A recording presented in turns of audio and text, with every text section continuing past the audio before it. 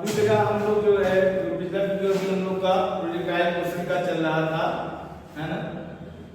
प्रक्षेप गति projectile motion में आपको बताया गया था कि ये जो प्रक्षेप गति होती है ना, इसका मतलब क्या था। इसका मतलब ये था कि अगर किसी वस्तु को क्षैतिज और ऊर्ध्व दिशा के बीच किसी कोण पर फेंक दिया जाए तो ऐसी स्थिति में वह गुरुत्वीय त्वरण के अधीन गति करती है और उसका पथ पैरेललाकार होता है।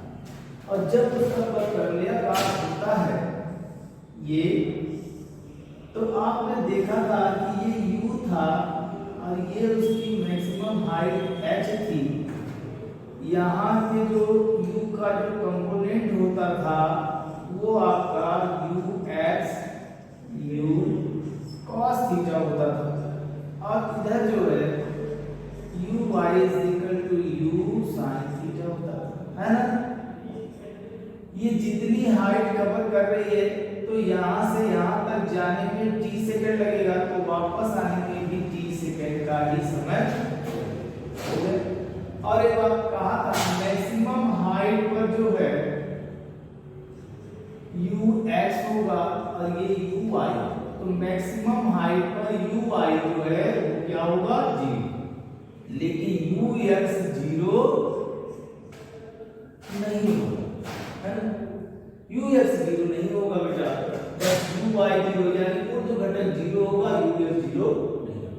कहने का मतलब ये जो गुरुत्वीय त्वरण g होता है वह ऊर्ध्व वेग को तो प्रभावित करता है लेकिन क्षैतिज वेग को प्रभावित नहीं करता, है। और हम लोगों ने क्या पढ़ा, हम लोगों ने पढ़ा कि इसका पथ कैसा होता है, प्रक्षेप का पथ कैसा होता है, पैरेलल। फिर हमने पढ़ा था कि यह प्रक्षेप गति करने वाली वस्तु जब गति करती है तो गति के दौरान जितने समय तक हवा में उड़ रही है, गति कर रही है, वह उड्डयन काल फ्लाइट टाइम होता था। और वो जो फ्लाइट टाइम होता है वो capital T = 2u sin theta by g होता है। याद आया? इसमें आप ये भी लिख सकते थे कैपिटल T = 2t, है ना, जिसमें T = आपका होगा u sin theta by g। यहाँ से यहाँ तक जाने में u sin थीटा बाई, और फिर आने में भी उतना ही, तो डबल हो जाता है 2t, तो आपका ये फार्मूला ठीक है। अब देखिए ये जो हाइट कवर करेगा वो होगा h, और h = u² sin² theta by 2t, ये भी हम लोग डिस्कस कर चुके। इसमें मैक्सिमम हाइट अधिकतम ऊंचाई के लिए हम लोगों ने क्या कहा था, अगर थीटा हमारा 90 डिग्री होगा तो h जो मैक्सिमम होगा वो होगा u² g। ये बात थी बेटा। यही बात परास यहां से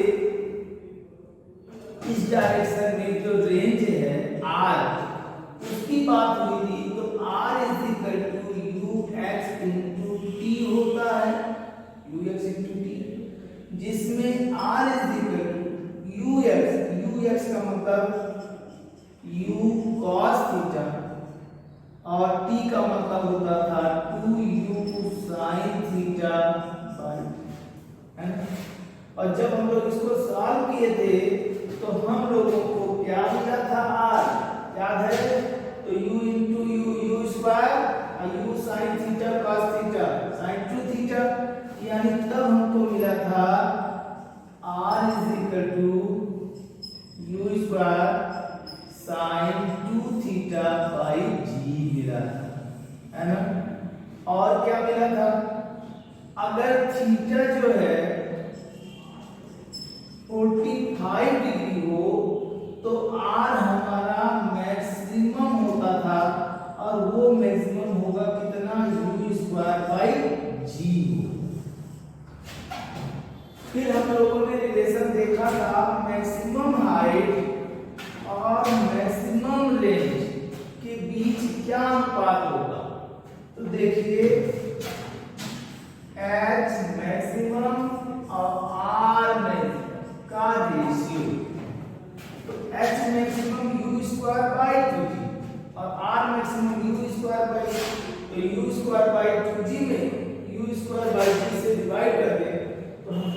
मिलेगा 1/, होगा, यानी R maximum is equal to 2H। ठीक है, ये हुआ। हमने आपसे क्वेश्चन पूछा था कि गेंद को अगर कोई लड़का 36 दिशा में x की डायरेक्शन में 100 मीटर दूर तक फेंक सकता है, तो उसको ठीक हाइट पर फेंक दे, अधिक से अधिक कितनी ऊंचाई पर फेंकेगा? तो आपने आंसर बताया था R मैक्सिमम 100 होगा, 100 होगा, तो 2H मैक्सिमम कितना होगा? 100/50 मीटर होगा। सही है। अब हम लोग इसी टॉपिक से आगे बढ़ते हैं। एक और क्वेश्चन देखते हैं बेटा, ध्यान दीजिएगा और बताइएगा क्या सही क्या गलत। एक जो मेढक होता है, मेढक जानते हैं प्राप्त, ये जो मेढक होता है बेटा वो कूद कूद करके चलता है, जंप करके चलता है ना, नहीं चलता? चलता। एक मेढक है, क्वेश्चन नोट करना, एक मेढक है जो 2 मीटर पर सेकेंड, 2 मीटर प्रति सेकेंड के वेग से, स्पीड से जंप कर सकता, कूद सकता। एक मेढक 2 मीटर प्रति सेकेंड के वेग से जंप कर सकता है, कूद सकता। क्लियर हो गया? 2 मीटर प्रति सेकेंड के वेग से कूद सकता है, उसका वेग दिया है। ठीक है, तो 2 मीटर 36 दूरी, कितनी दूरी बेटा? 2 मीटर की 36 दूरी तय करने में उसे कितना समय लगेगा बताएं। एक मेढक 2 मीटर प्रति सेकेंड के स्पीड से जंप कर सकता, कूद सकता है, तो 2 मीटर की हॉरिजॉन्टल 36 दूरी एक्स एक्स की दिशा में तय की गई दूरी 2 मीटर तय करने में उसे कितना समय लगेगा? लगाइए और इसका आंसर आप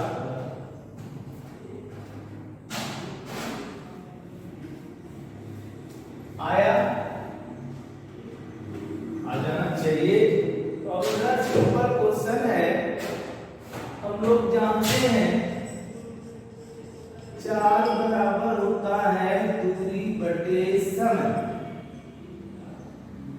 4 दी हुई है 2 मीटर पर सेकेंड और डिस्टेंस 2 मीटर है और टाइम हमको निकालना है, तो नहीं आ जाएगा 2/2 यानी 1 सेकेंड आएगा कि 2 मीटर पर सेकेंड की चाल से चल रहा है, तो 2 मीटर दूरी तय करने में उसे कितना समय लगेगा? 1 सेकेंड। लेकिन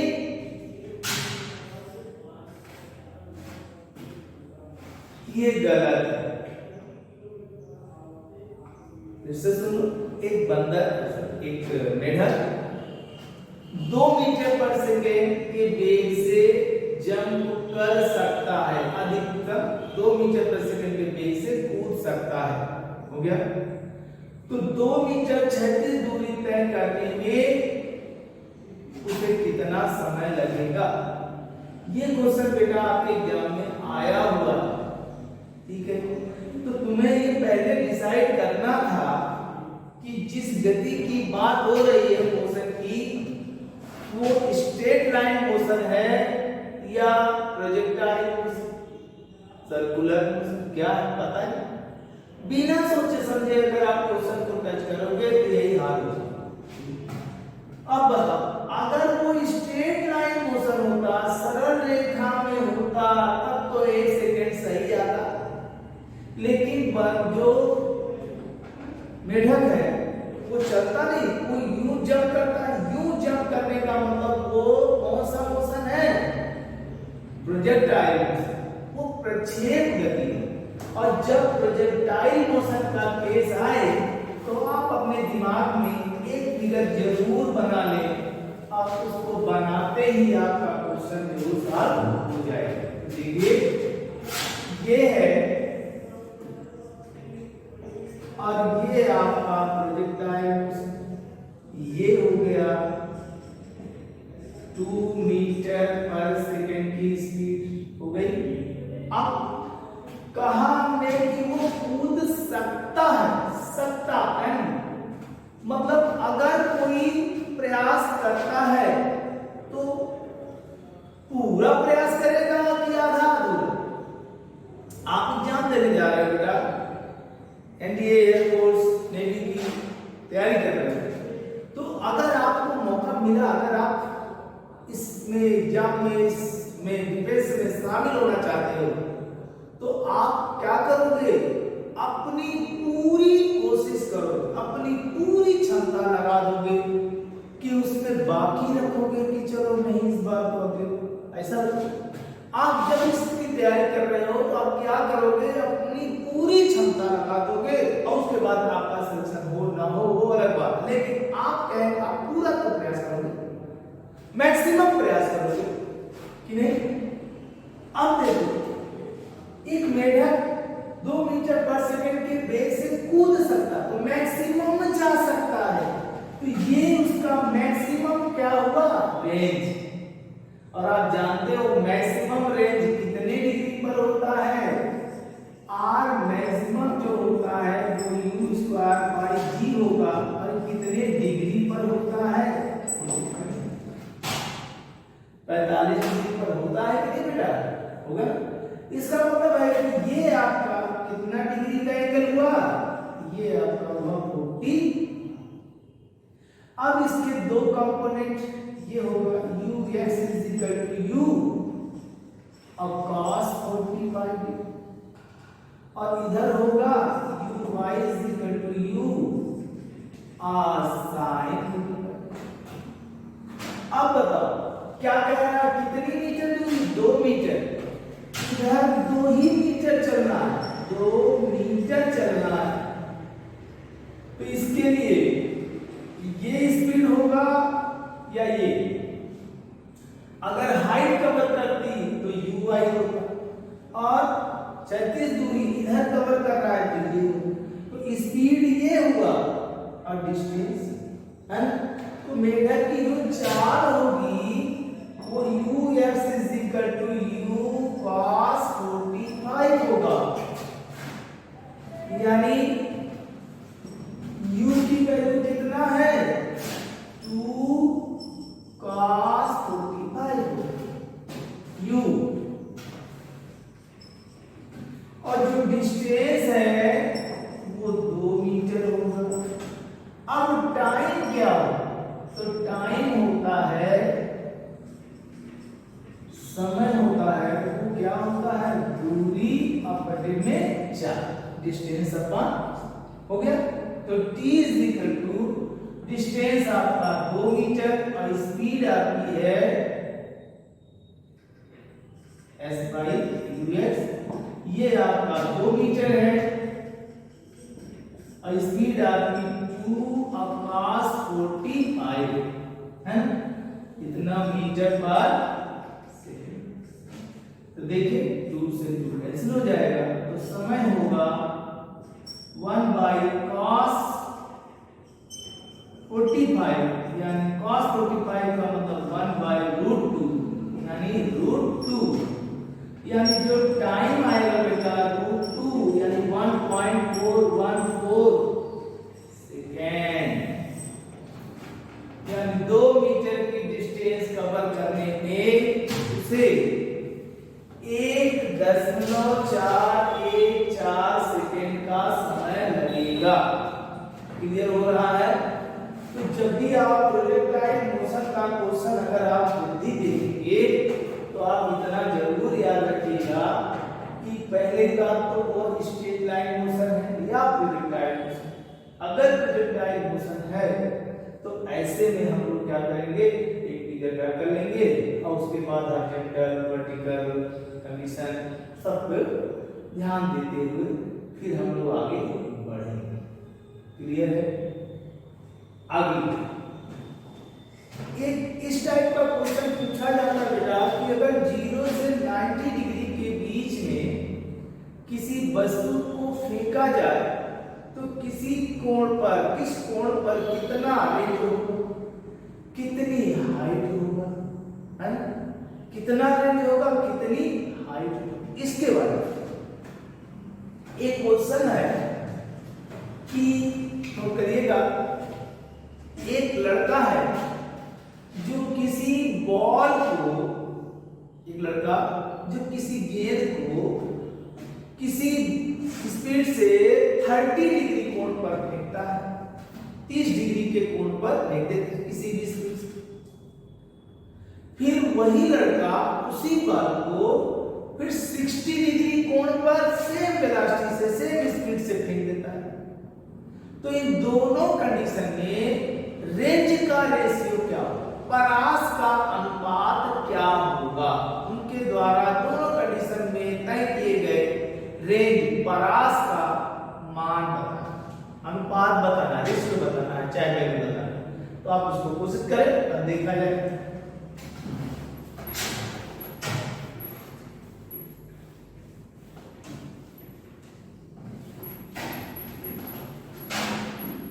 लड़का किसी गेंद को किसी बेग से पहले 30 डिग्री कोण पर फेंकता है और फिर 60 पर फेंकता है, और दोनों कंडीशन में रेंज क्या? तो देखो, अगर लड़का U बेग से 30 डिग्री कोण पर फेंकता है तो उसका जो रेंज होगा वो कितना होगा, मान लेते हैं R1। ठीक है, तो R1 की वैल्यू क्या होगी भाई? तो देखा जाए R इज इक्वल टू होता है U square sign 2 theta by G,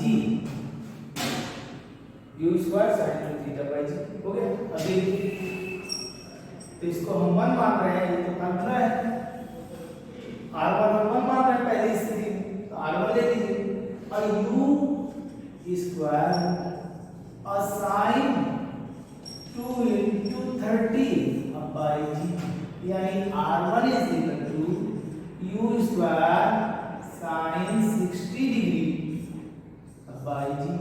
पहला इक्वेशन सही है बेटा, ठीक है। दूसरी कंडीशन देखो, जब लड़का उसी गेंद को 60 डिग्री के कोण पर फेंकेगा सेम वेलोसिटी से, तो R2 क्या होगा?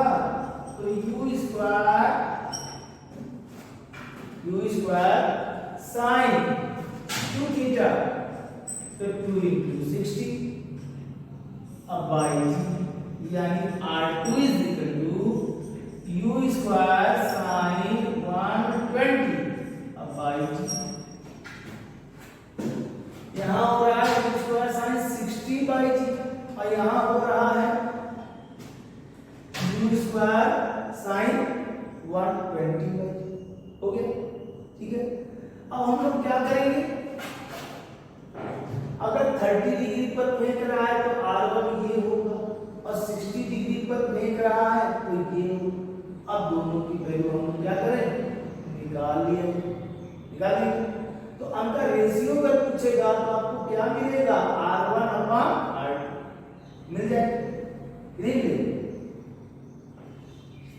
चल साइन 120 और ये साइन 60, तो पहले साइन 120 को तोड़ के छोटा करके देख लेते हैं क्या होता है। अब देखिए, अब आपका होगा बेटा R2 is equal to U square sine 120 है, तो आप इसको क्या लिख सकते हो, साइन 90 हो गया, और साइन 90 प्लस 30, तो साइन 90 और प्लस 30 यानी 120, सही है ना? और साइन 90 प्लस थीटा क्या होगा, तब होगा साइन 90 प्लस थीटा यानी cos थीटा अब बाई यहाँ r1 u square sin 60 by g और यहाँ r2 u square cos 30 by g आया। इनका रेशियो क्या होगा?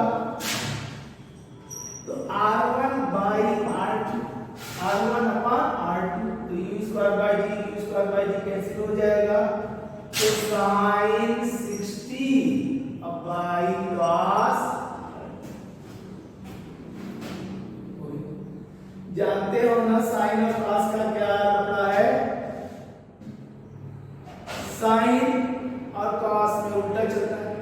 साइन 0 और साइन 90 साइन 90 का मान 1 और साइन 0 का मान 0 लेकिन कॉस में cos 0 का 1 और 90 का 0 जस्ट उल्टा। तो 30 का 60 और 60 का 30 यानी जो साइन 60 की वैल्यू होगी और वही cos 30 की भी वैल्यू होगी कि नहीं होगी? तो कितना कितना होगा बेटा? r1 upon r2 is equal to √3/2 तो सब कैंसिल हो जाएंगे तो 1 यानी r1 is equal to r2 या लिख सकते हो r1 upon r2 is equal to या r1 raise to r2 is equal to 1 raise to 1। Clear हुआ? यानी गेंद को चाहे 30 डिग्री पर फेंका जाए और चाहे 60 डिग्री पर फेंका जाए, 30 पर फेंको या 60 पर फेंको, 30 पर फेंको या 60 पर फेंको, तो ऐसे में उनके रेंजों में परासों में कोई अंतर नहीं आएगा। ठीक, तो इसका मतलब ये हुआ कि बेटा 30 और 60 पर फेंकेंगे तो कोई अंतर नहीं है। अच्छा, अगर एक को 15 डिग्री पर फेंका जाए और दूसरे को 75 तब क्या होगा? तब परासों में रेशियो क्या होगा? तो आप दोबारा निकालो, कोई जरूरत नहीं। देखो यहां पर था 30 और 60 तो देखिए 30 और 60 मिलाकर कितना हुआ? 90। अगर दोनों कोण मिलाकर 90 डिग्री हो तो उनके रेंज समान 15 डिग्री और 75 डिग्री है, ये भी तो बेटा 90 हो रहा है, यानी इनमें भी यानी अगर किसी को थीटा पर और दूसरे को 90 माइनस थीटा कोण पर प्रक्षेपित किया जाए तो दोनों कंडीशन में रेंज समान होगी, परास बराबर। क्लियर हुआ? क्या हाइट भी बराबर होगा? हाइट नहीं बेटा, 30 और 60 पर देखोगे तो हाइट बराबर नहीं होगा, लेकिन रेंज जो है वो जरूर बराबर होंगे, रेंज बराबर होंगे लेकिन हाइट बराबर नहीं होंगे। तो ये केस जरूर याद रखिएगा, अगर दोनों कोण मिलाकर 90 डिग्री के बराबर हो तो परास बराबर है ना, क्योंकि आप 30, 60, 45, 90 की वैल्यू जानते हैं, लेकिन कभी कभी कुछ ऐसे नंबर दे देगा, जैसे मान लीजिए एक दे दिया आपका 27 और 63, एक को 27 डिग्री पर फेंक रहा है और दूसरे को 63 डिग्री पर, तो अगर आप निकालने का प्रयास करोगे क्वेश्चन फर्स्ट सेकंड से तो मैथ्स पे आप अच्छे जानकार हो बेटा, मैं नहीं कह रहा हूं, आप बहुत अच्छा है, मैथ आपकी बहुत अच्छी है, तो ऐसा कुछ भी संभव नहीं है, सॉल्व करोगे तो आएगा ही, लेकिन यहाँ सिर्फ सॉल्व नहीं करना है, आपको ये भी देखना है, आपको टाइम भी बचाना है, बिना सॉल्व किए अगर आ जाए तो ज्यादा अच्छा होगा ना। ठीक, किसी भी तरीके से आपको अपने एग्जाम में सफल होना है, वहां ये नहीं दिखाना है कि हम कितने अच्छे हमारी राइटिंग है, कितनी अच्छी हमारे स्पीड है लिखने की, वो नहीं, आप कितने जल्दी से जल्दी सॉल्व करके आंसर दे सकते हैं। तो आप ध्यान दोगे तुरंत, अगर इन दोनों को देखोगे तो कितना हुआ? 90 हुआ, इसका मतलब दोनों के रेंज सेम है लेकिन हाइट सेम। क्लियर?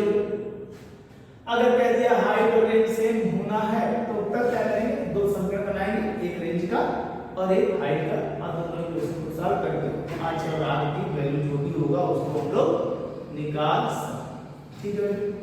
एक और बात अगर आप से कभी इस टाइप से क्वेश्चन पूछा जाता है, वो है आगे, लेकिन चूंकि जब पढ़ा ही नहीं तो वहां पर हमको ये बात बतानी जरूरी होगी कि अगर क्वेश्चन ये पूछता है, पूछा गया था प्रोजेक्टाइल मोशन में प्रक्षेप गति करने वाले किसी वस्तु के बारे में पूछा गया कि मैक्सिमम हाइट पर, अधिकतम ऊंचाई पर उसकी काइनेटिक एनर्जी क्या होगी, गतिज ऊर्जा क्या होगी। प्रक्षेप गति के अधिकतम ऊंचाई पर यानी यहां पर काइनेटिक एनर्जी क्या होगी, के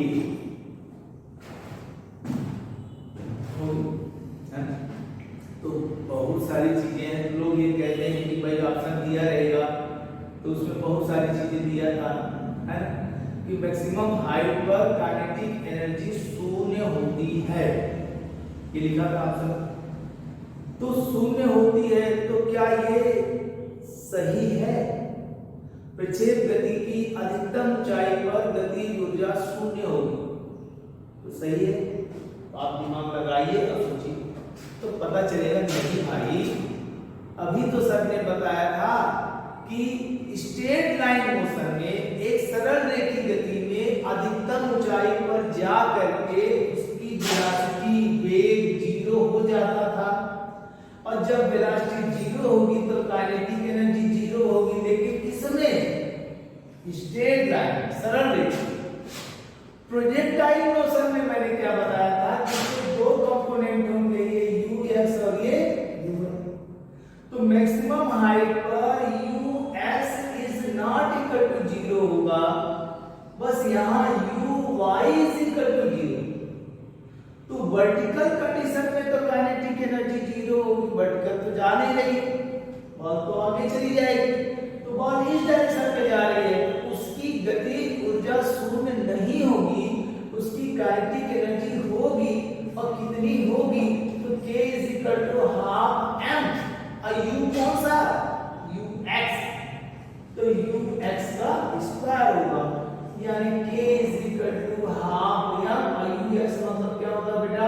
u cos थीटा, तो u cos थीटा का equal to half m u square और cos स्क्वायर थीटा होगा।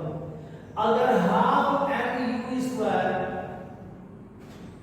इनिशियल पॉइंट पर काइनेटिक एनर्जी हो, तो जो यहां पर, इसको अगर हम डैश मान लें, k डैश, और इनिशियल पॉइंट पर काइनेटिक एनर्जी k मान लें, तो यहां जो होगा k डैश वो k और cos स्क्वायर थीटा होगा, k dash equal to k cos square theta. अब पोटेंशियल एनर्जी की बात होगी तो k sin स्क्वायर। क्लियर हो गया? तो याद रखिएगा कि प्रोजेक्टाइल मोशन में प्रक्षेप गति में अधिकतम ऊंचाई पर जो गतिज ऊर्जा पूछे तो शून्य नहीं बताएंगे, क्योंकि उसका वेग शून्य नहीं होगा, सिर्फ उसका u i ऊर्ध्व वेग शून्य होगा, क्षैतिज वेग शून्य नहीं होगा। इस वजह से गतिज ऊर्जा शून्य नहीं होगी, है ना, और वो हमारा होगा k dash k cos square, और इस गतिज ऊर्जा k sin स्क्वायर। ठीक है, तो इस टाइप से आपका ये हमारा प्रोजेक्टाइल मोशन 6 गति जो आपके एयर फोर्स एनडीए और नेवी के एग्जाम के लिए है बेटा, इसी टाइप से क्वेश्चन पूछे जाते हैं, और इनकी कंडीशन से रिलेटेड क्वेश्चन जरूर होता है, और आपके सारे क्वेश्चन कॉन्सेप्ट वाले होते हैं, कॉन्सेप्ट के क्वेश्चन होते हैं, इसलिए कॉन्सेप्ट को बहुत अच्छी तरह से उसकी हमारे द्वारा कहीं एक एक बात को गौर करिएगा, कहाँ क्या है, कैसे है ना, तभी आप क्वेश्चन को कर। ठीक बेटा? ओके बेटा, अगले वीडियो में हम आपको अगले नए चैप्टर के साथ मिलेंगे। Thank you.